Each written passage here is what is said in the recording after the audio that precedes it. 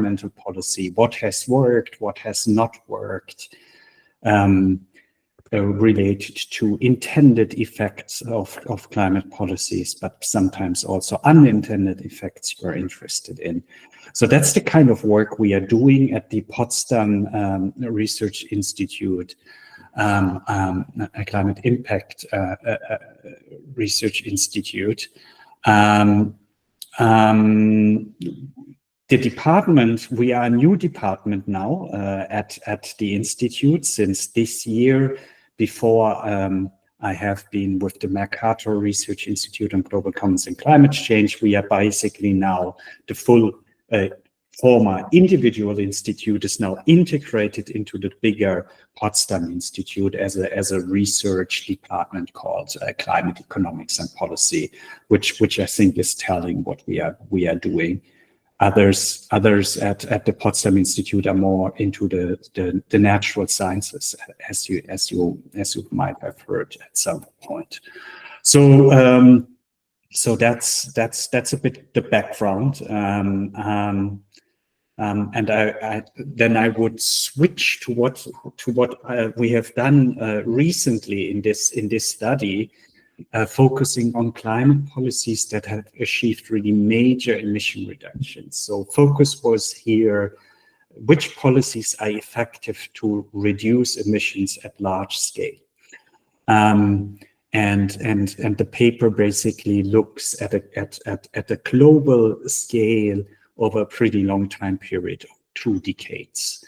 And so it's a paper that was published in August in the scientific journal Science. I want to highlight that this is really a team effort of different people at different institutes, at PIC, the Potsdam Institute, but also we have co-authors from University of Oxford, University of Victoria, and last but not least, OECD, which shared with us at that point unpublished and very rich data on climate policies, which will turn out to be quite central in what we are doing. More on that in a minute. You can also use that link I'm providing here to get free access to circumvent the paywall that academic journals unfortunately often have. I'm happy to share that also afterwards. Okay, so what is the paper about? What motivated us to do the study? It's basically a good news. If we look at developments of climate policies, we see that ever more climate policies have been implemented over the past 20 years. That's what you see in the bottom part of the figure. You see an increasing trends of the number of policies we see implemented in very different countries. And this is really true for all major sectors in the economy: buildings, electricity, industry, and transport. These are the 4 sectors that we focus on in the study because we have the data. We are not talking about agriculture and land use here. Something to bear in mind. Now, we see ever more policies.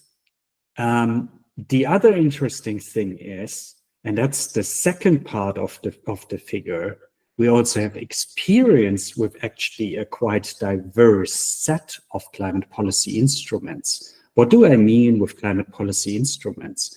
I mean that policymakers say in transportation, these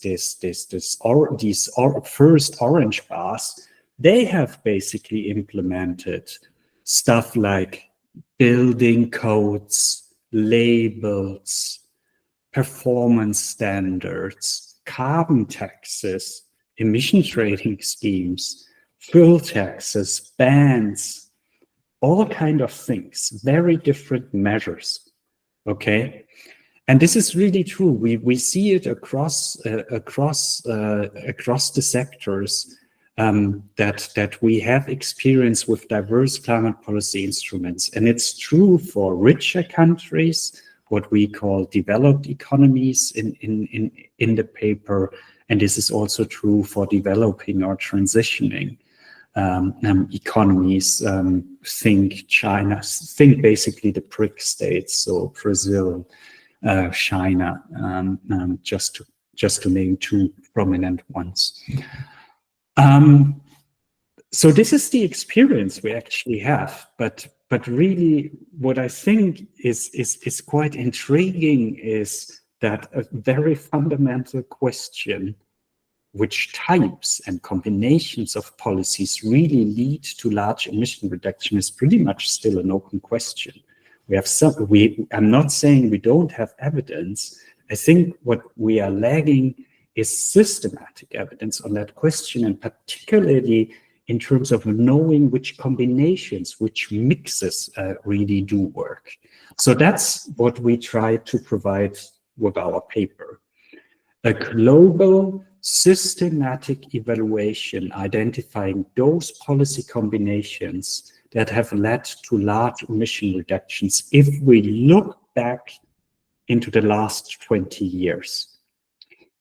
And what makes this study novel, I think, is that we are using these tools that allow us to say something about causal impacts of policies.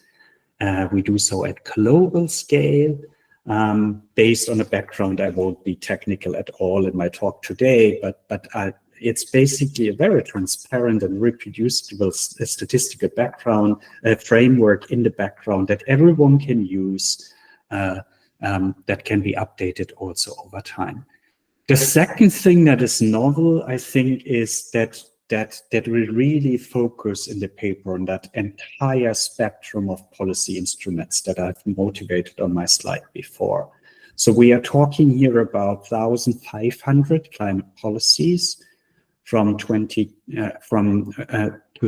to 2020 across 41 countries, 6 continents of the world.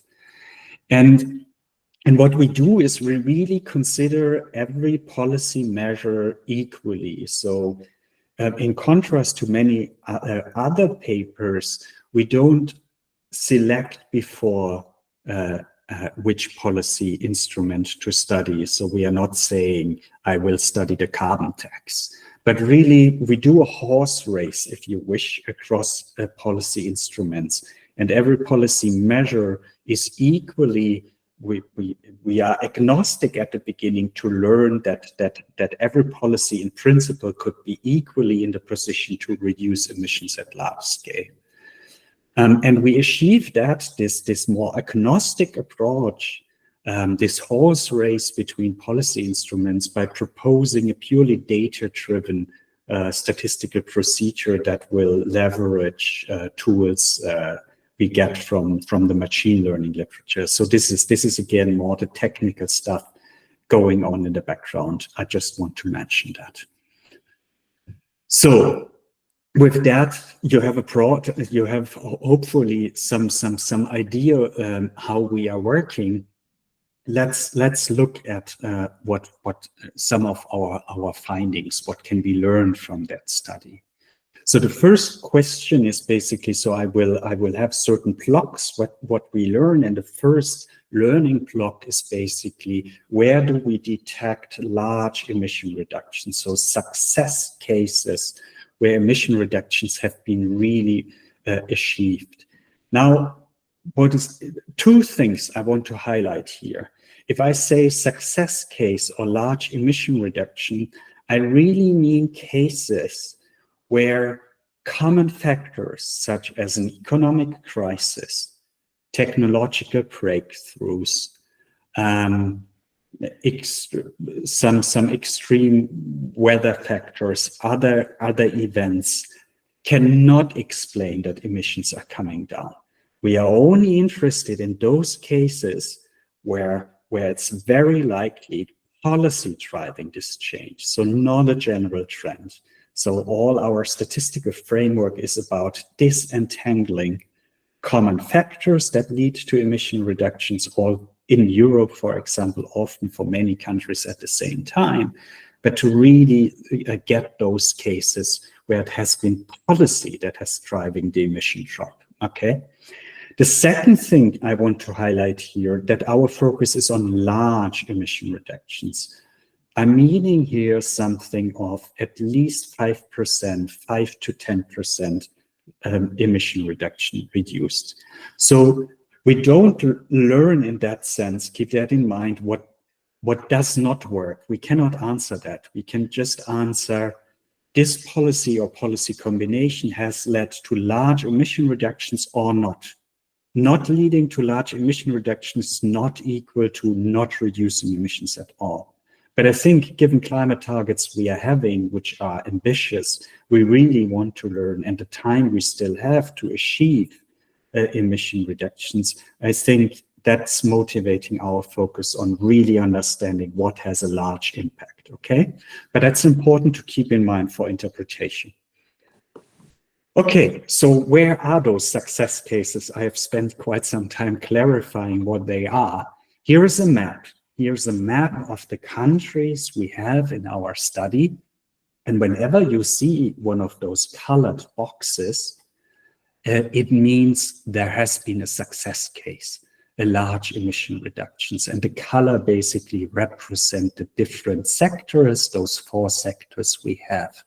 And you basically see we have those colored boxes all over the world.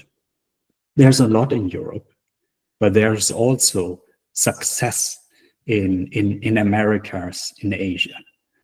And in total, there are 63 success cases with large emission reductions. On average, they have reduced emissions by about 19%. So the first takeaway here is, and this is a good news takeaway, emission reduction on a magnitude that matches zero emission targets, so ambitious climate policy targets, are in general possible. Now we want to understand what is behind such a success case, right? What are the policies? So far, I've given you just an overview of where is it happening. Now, next question is, what are the policies behind these emission breaks?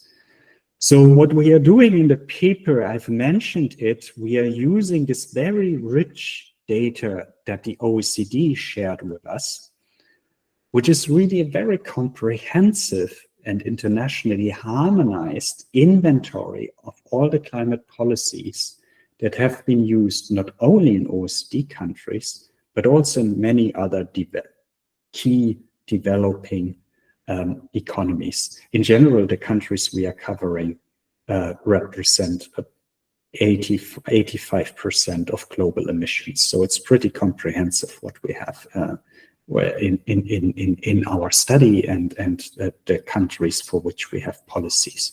So what we will now do is to see, okay, when we have seen a large emission reductions, what have been the policies behind it, okay, using that OECD data.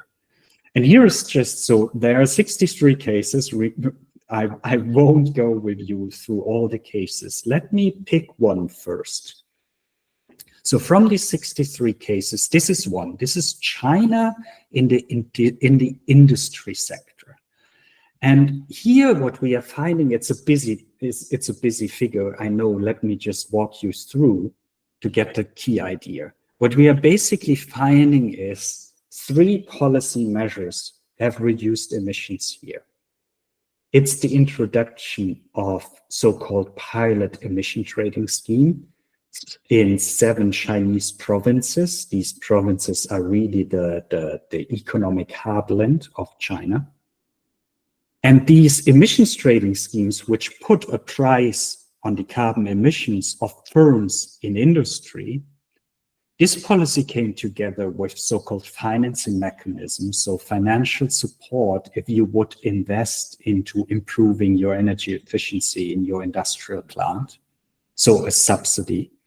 And it also came together with a reduction of existing fossil fuel subsidies that are distorting decisions to fossils, right? So these have been reduced.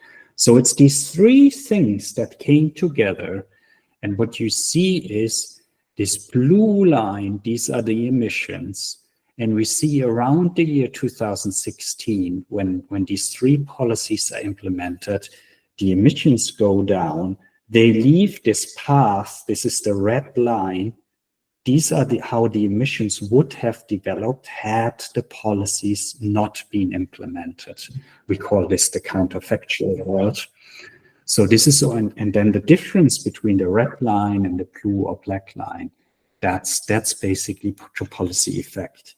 It looks, because this is a logarithmic scale, not too important. The key important thing is it doesn't look so big. It is big. It's a 20% emission reduction. This is a major thing.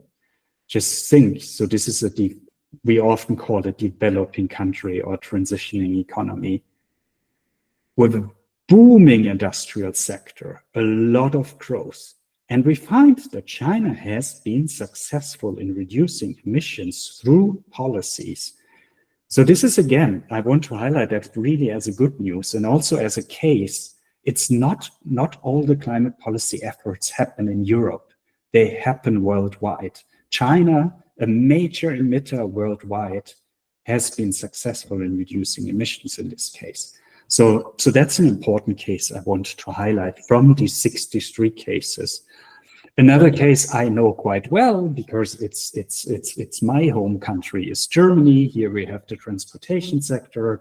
In contrast to Scandinavian economies, Germany has not been very successful in reducing these kind of emissions in transportation in recent years, but we had successes in the past. And we show such a success here. It's basically our big ecological tax reform starting in 1999, going until 2023-4, where we basically increased fuel taxes to a level that is equivalent to a carbon tax of 45 euros, which was back then, after Sweden, the second most ambitious implementation of a carbon tax.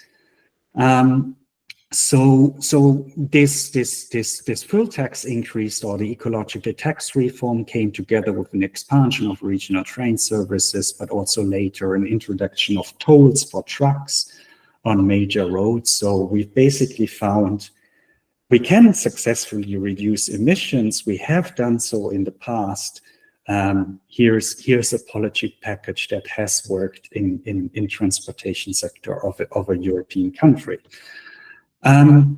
So we have 60, I could continue, but I think it would be a huge overload. I could continue going to all these cases, but that's not what we want to do in the paper. That's something, of course, interesting to decision makers, perhaps also to you guys. I later have the link. We have a web dashboard where you can really choose these. I'm interested in this country and the building sector, what has happened here. And you can learn about these specific cases. So I will share it later. We have a website for that. But what we want to do is now, from these 63 cases that we are having, we want to learn about systematic patterns, which kind of policy mixes have reduced to large emission reductions, okay? So we want to generalize now. That's the big benefit of doing a global study, is you can learn from many success cases about things that might really work. Is it always something related to putting a price on fuel that works?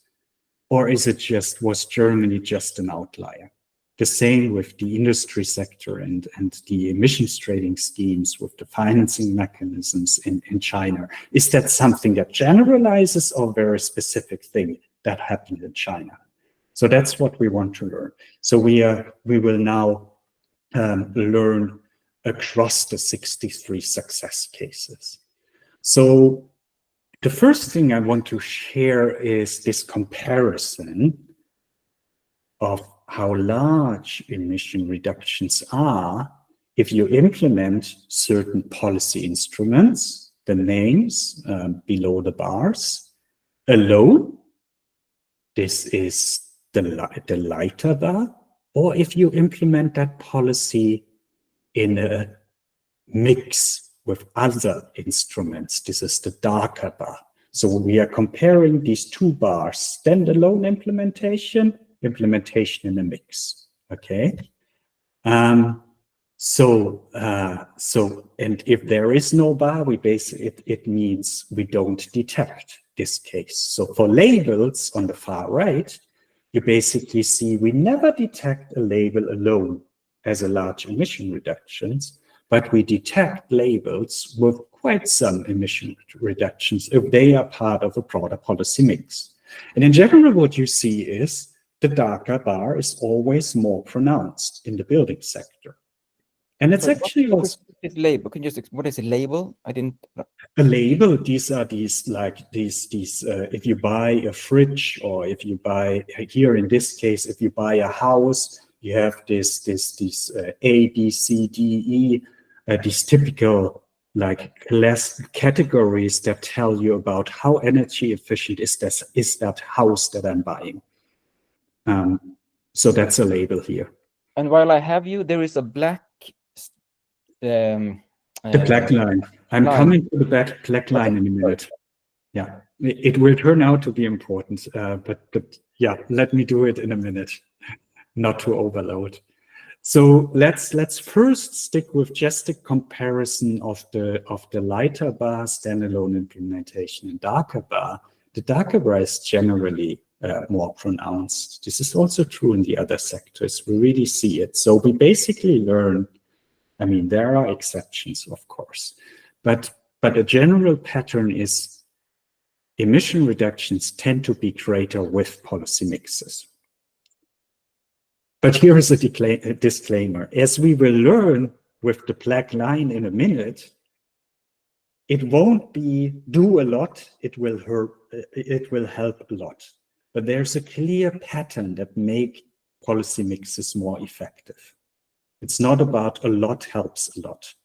It's not the shotgun principle, okay?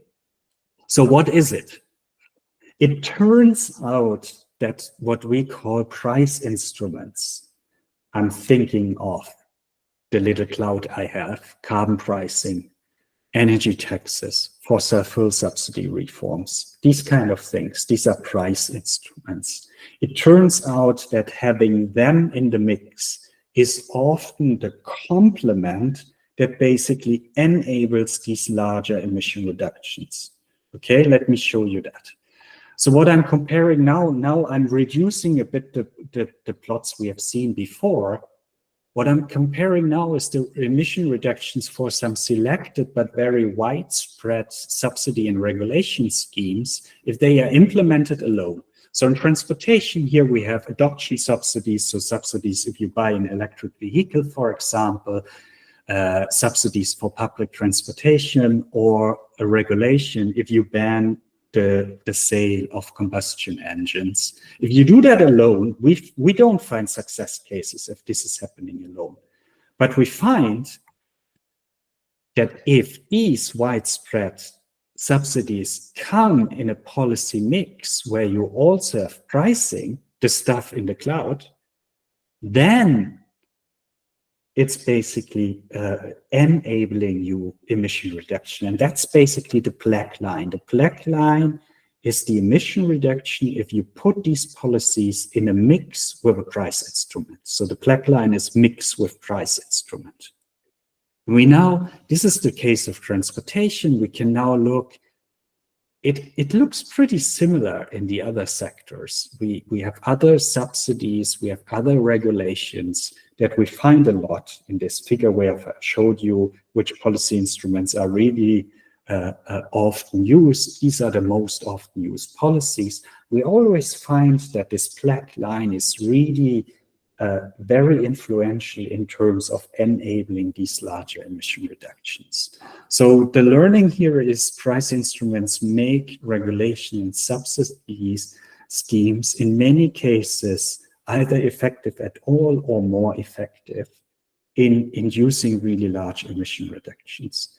And economists have a quite good understanding why this is happening, because we are complementing incentives we address unintended limitations. So I'm thinking of rebound effects. I'm thinking of that subsidy schemes or regulations always target usually like new vehicles, new heating systems, new houses.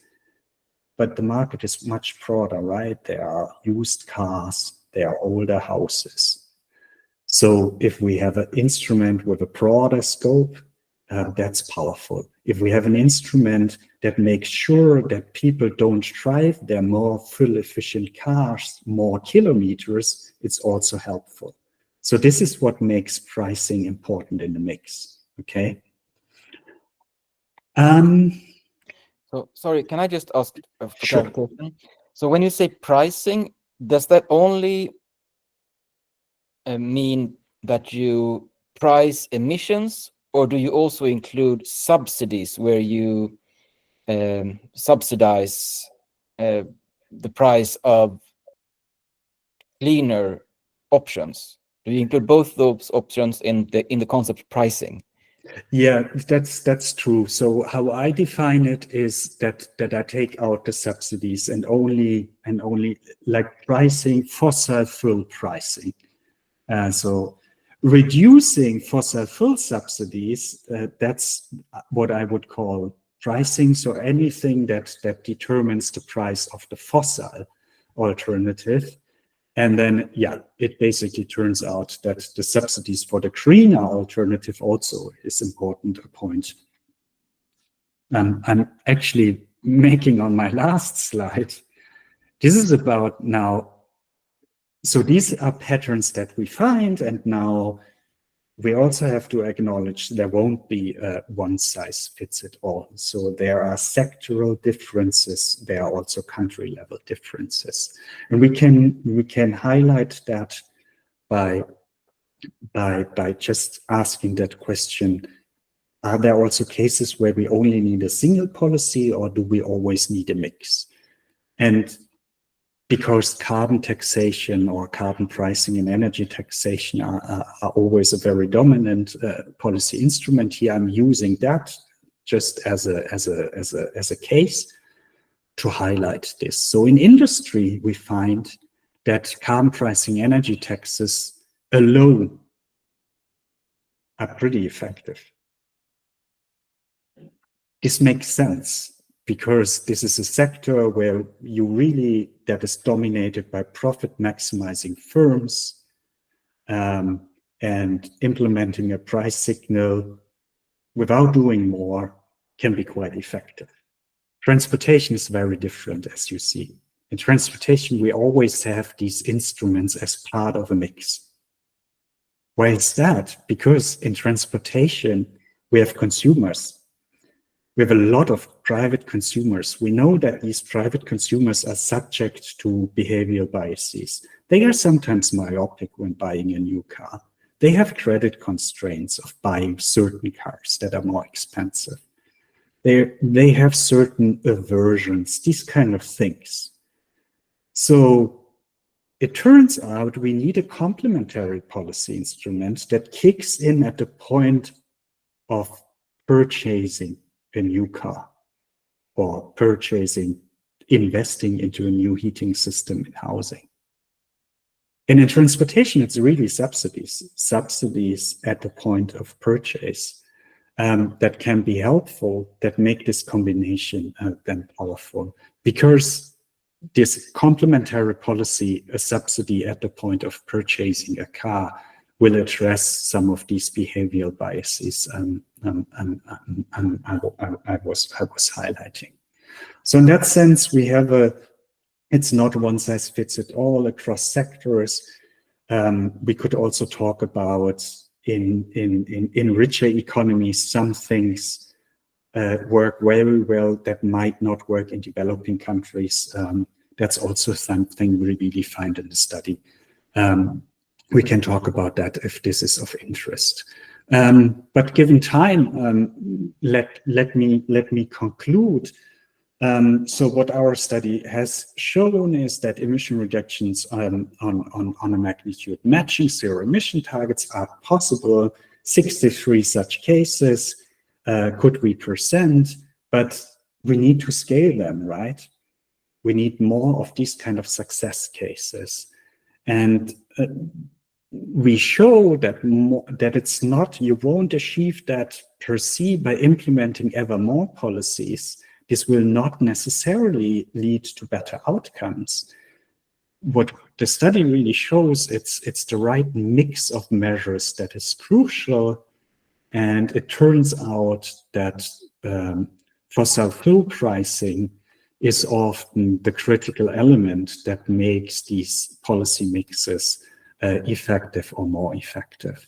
And as mentioned before, a lot of these studies can be explored in this Climate Policy Explorer that we've launched with this study in a very interactive measure. So if you're interested, you might consult that.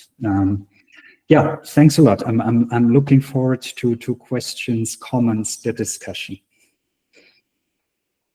So thank you very much, Nicolas. So I have a couple of initial questions, and then I'll be happy to have the other participants join in. And you can either put your question in the chat, and I will be happy to read them out, or you could just raise your hand. I'm sure there is a raise your hand option here in the Meet system. So maybe we could like take sort of a Swedish relevant case study here. So I was thinking about what we call the elbilsbonus. So that would be a subsidy for buying an electric vehicle, right? Which was just that the Social Democratic government introduced, or maybe it was someone else. I don't know. We had it at least in the last session when we were in power, and then it was just dismantled by the new government. Could you sort of walk us through how we should think about and that's of course quite expensive if a lot of people buy a lot of electric vehicles, because it's a cash payout from the government budget. So could you just walk us through how you would evaluate, how you would sort of think about that measure in this context? Yeah, sure. Actually, let me go to one backup slide. So here is Sweden. So this is transportation in Europe. Here is Sweden. Here is 2018, which I think is, I'm not sure whether that's the program you have in mind, but that's what I know from the literature, this bonus-malus scheme, which we basically detect as a successful case. According to our data, it was also that road tolls were increased before, but it's part of the stuff we detect as successful. And so this is the specific case of Sweden. So we detect that, and I think it makes, I'm coming back to this slide here. You have the carbon tax in the background. I mean, it's much older. And already at high levels at that point when the subsidy scheme is introduced. But as I've mentioned before, I think from a just conceptual understanding of the sector with these private consumers, it is a good idea to have a policy instrument that is making the green option more attractive. Okay. So I would say we find that it was effective, and I would also say this combination of having a carbon tax in the background, but having these schemes that make EV adoption more likely is a good policy mix for this sector. So, when I'm trying to sort of understand your main message, could it be like if you have a sector where you have like sort of a perfect market, right? You have really informed decision makers, you have mainly businesses that are being the actors, then it would probably be sufficient with like pricing, because they would react to pricing as far as it's long-term and reliable, and you don't expect it to change in 5 or 10 years. But when you don't have that kind of perfect market with really rational decision makers, then you would have to consider introducing additional policy measures sort of to pinpoint that imperfection in the decision making. Could that be, would you agree with that conclusion? I would broadly agree. Yeah. Oh, okay. And it could, let me just highlight, it could also mean in general, like in Europe, we would say electricity is dominated by profit maximizing firms. In a developing country, that might be different, right? So electricity sector is not electricity sector. If it's a developing country with a state-owned, with a big state-owned monopolist, prices are regulated, very different story. Right. So if you apply that, because this is what I was thinking about with the car EV bonus, electrical the elbils bonus, that would mean that as a basis you would have to have a pricing, right? Without a pricing, the bonus in itself will not be sufficient. But once you have the carbon pricing, it could be an efficient complementary methodology. Yeah. So that's the general pattern we find with the study, indeed. So with that, I'm going to give the word to Kenneth, and then I will look at the chat here while you ask your question, Kenneth. Please go ahead.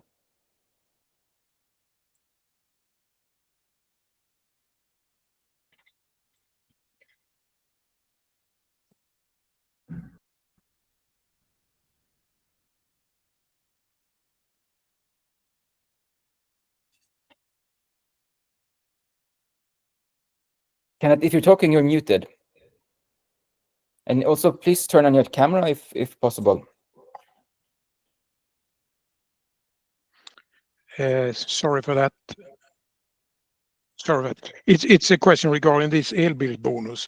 In Sweden, it was about 50% of the final price before it was removed. Have you any opinion how much it must be? Is it enough with this, let's say, half of it, 7%, or must it be more? Do you know anything about how much must the bonus be to have an effect on something like that? Yeah, that's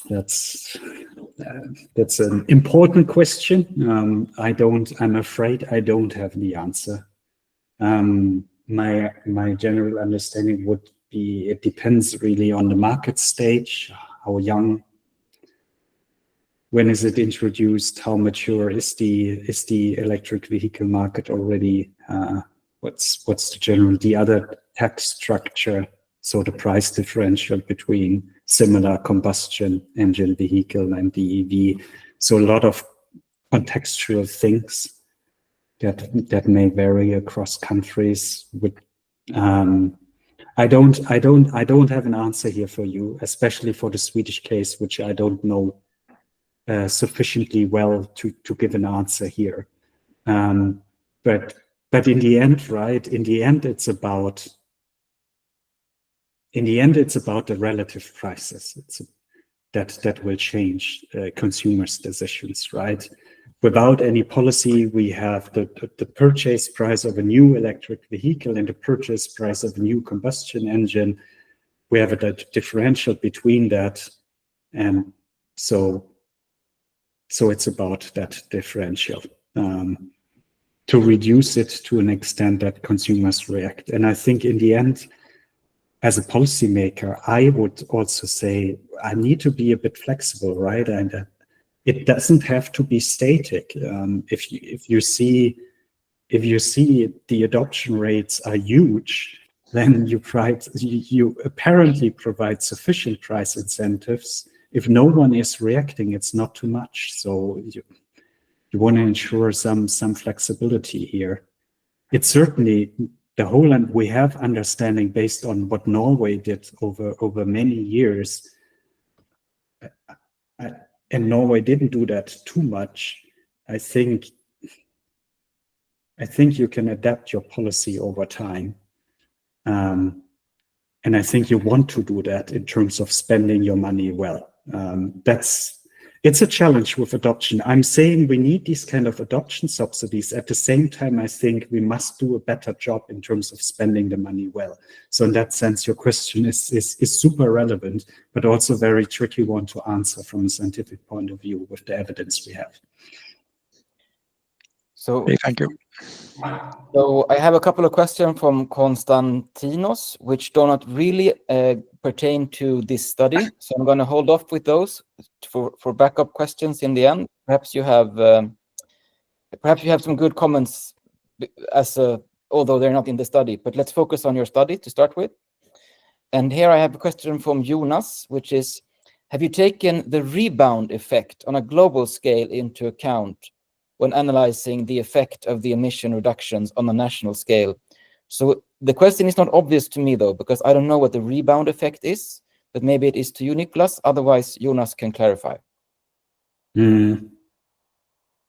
I mean, I would expect, Jonas, please jump in, that you are thinking about emissions. So we have more stringent climate policy in one country, and then emissions might go up in other countries. Is it that? So emissions leaking away? Right. Yeah. Relevant question. Always a big hypothesis. No, we haven't. So the direct answer is no, we haven't accounted for it. Why? I know this literature quite well, because there's modeling evidence suggesting that what I call it emission leakage, that emission leakage could happen, but empirical evidence that it has happened is simply not available. I mean, like with big policies like the EU's emission trading scheme in Europe's industry sector and all that, the evidence is just not there. That investments are leaking away, that emissions are leaking away. And I think we don't have this evidence because policy is often designed such that this is prevented. So we use these kind of compensation schemes, free allocation in the EU's emission trading scheme, these kind of things. So it might be relevant, but my empirical understanding would be it cannot happen at a large scale. I couldn't name a single study that is showing large emission reduction, scientific study. I mean, we will find a lot of industry reports suggesting that, but this is not based on a scientific framework that would allow us to quantify it. So thank you for that. I'm going to ask my fellow board member, my board member colleague Marcus, if you'd like to join your question now. Yes, thank you so much. It's been really interesting, and I'll definitely read the whole paper. I have a question. I'm a bit curious how this relates to, I don't know how familiar you are with the work of Michael Grubbs and the planetary economics and that sort of framework. So just for everyone to understand the question, I mean, he argues that you need like a combination of like two pillars, and the first pillar is like standards and engagement for behavioral shift, and then a second pillar of carbon pricing that you talk a bit about here, and then the third on like investments and innovation support. So I understand from your paper that the carbon pricing aspect is important in combination with something else. And I wonder about this something else, if it fits into these buckets. I mean, you mentioned labeling, which I guess fits into the first bucket. Is there anything else you can say about the pattern? Does it fit into this broader framework, or is it just depending on the sector, if that makes sense? Yeah, good question. I think broadly, I think the findings are consistent to some extent with the framework. At the same time, it turns out that there are just things that stick out, and this is subsidies, these adoption subsidies, and bans and phase out. We have talked about the subsidies a lot already. The bans and phase out, you see it still on the slide that I have up here, right? In most cases, not detected when coming alone, but then in this mix with a price instrument, strong effect. And I think, right, it makes makes sense. It's a very strong signal policymakers are sending, right? We have this carbon price in scheme. Perhaps we also have the subsidies in scheme. And then you basically already announce there's an end that this technology will be available. So it's a signal that you're really committed to strong climate policy. So this is popping up. I think it's consistent with Michael's framework. But for example, I couldn't show you such a story with labels very clearly. Labels seem to be something. There's no strong patterns around information provision and that. So I think, and here's I think some divergence to the theory. Just turns out that some stuff like banning and subsidies turn out to be really central. Yeah, I'm reducing here a bit. There is an important story around performance standards, technology changes around that, which is again more consistent with his framework. So yeah, completely sorry for the long reply. I had to think, get my head around it. Hope this helps. No, it really did. Thanks a lot. Thanks a lot. So I'm going to take a question from the chat now. It's from Kaisa. And she says, thank you for arranging a presentation of this super interesting study. Did you assess the policies, did you assess if the policies consider social equality and how that contributes to the success?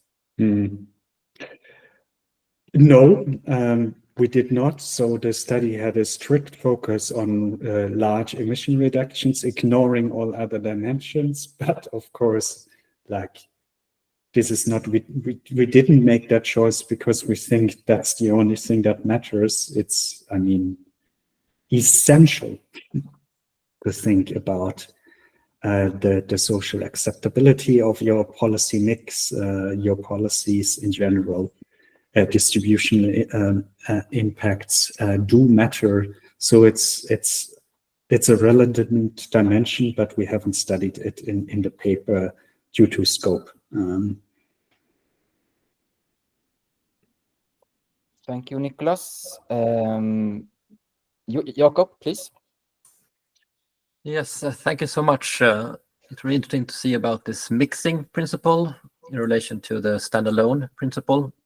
And I was wondering if, and the mixing is generally better to have a mix of regulations or policies, but could mixing also be harmful? Could it be counteractive if you have too much regulation that people are not aware of what's happening? And should you aim for have this baseline approach with 1, 2, 3 policies that are most efficient, or is actually mixing or a shotgun strategy, would that all of them would contribute, but not maybe as efficient if you had in the best of worlds, so to say? Do you have a question, or should I repeat it? No, the crucial question. A bit difficult to answer because the study design is about what works, basically, right? What works in terms of large emission reduction, and it's not. And I've tried to highlight, we cannot say what does not work. So not finding something doesn't mean it doesn't work, but just that emission reductions are smaller or it doesn't work. We don't know it. It's much harder to evaluate actually empirically.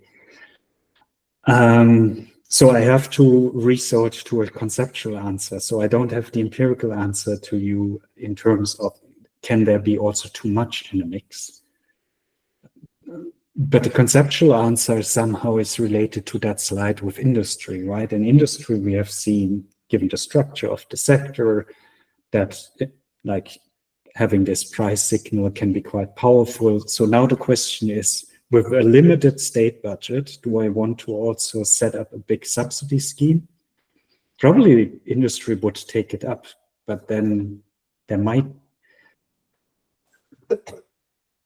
I think in general, we have a conceptual understanding that it might not be the most cost-effective climate policy if you can actually achieve the emission reductions through that one leading instrument.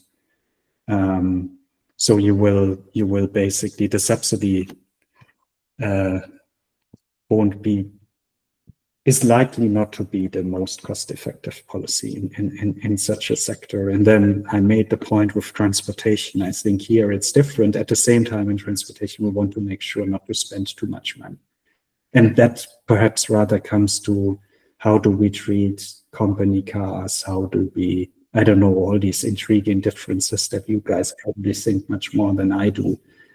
But there's always the risk that you spend too much money that is only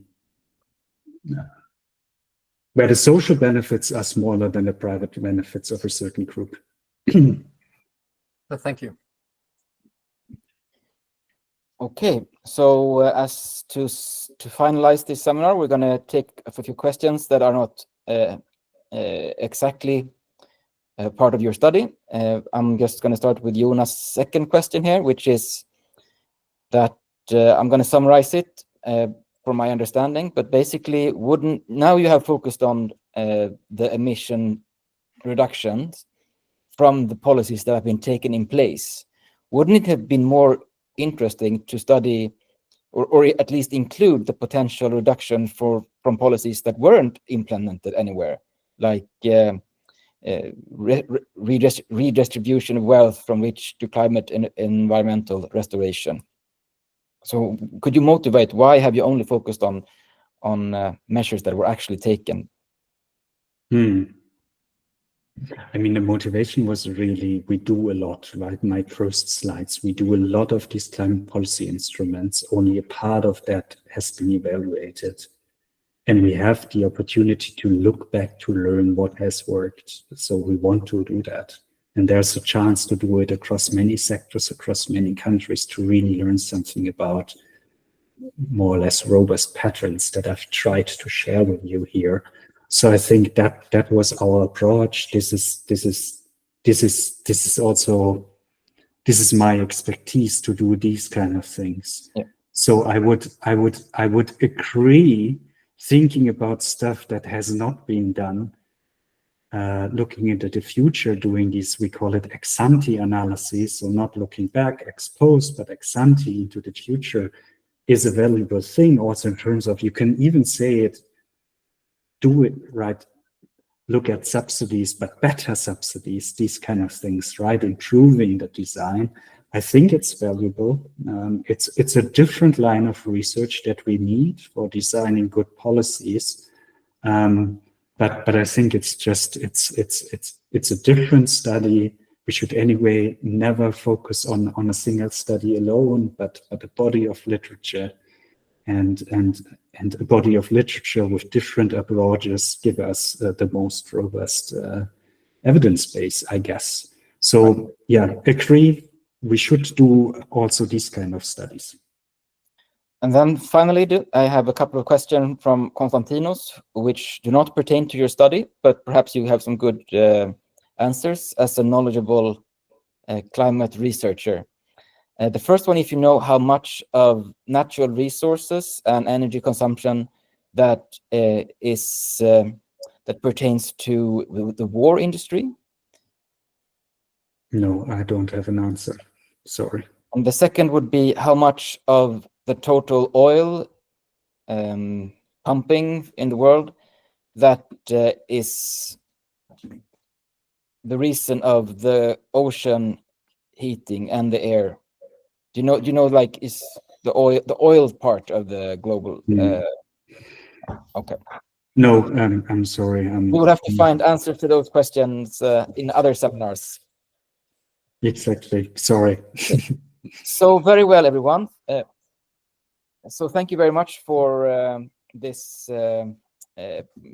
seminar, Nicolas especially. It was very, very useful. Once again, I would like to encourage everyone to swish 30 kroners. Oh, we have one more question. Do we have time for that? Sure, if it's not too long. Please, Felicia, go ahead. No, I just wanted to say thank you. I just want to say thank you very much. It's very, very interesting. Okay, yeah. Thanks. Thanks a lot. Thank you. We're getting lots of applauses and reactions everywhere. So yeah, I agree. It was very helpful. And thank you, especially Nicolas, for this very clear presentation that you provided. So once again, everyone, swish 30 kronor to the swish number in the chat. It makes it possible for us to have a website and these webinars and everything. And we're completely ideella, what's voluntary-based organization.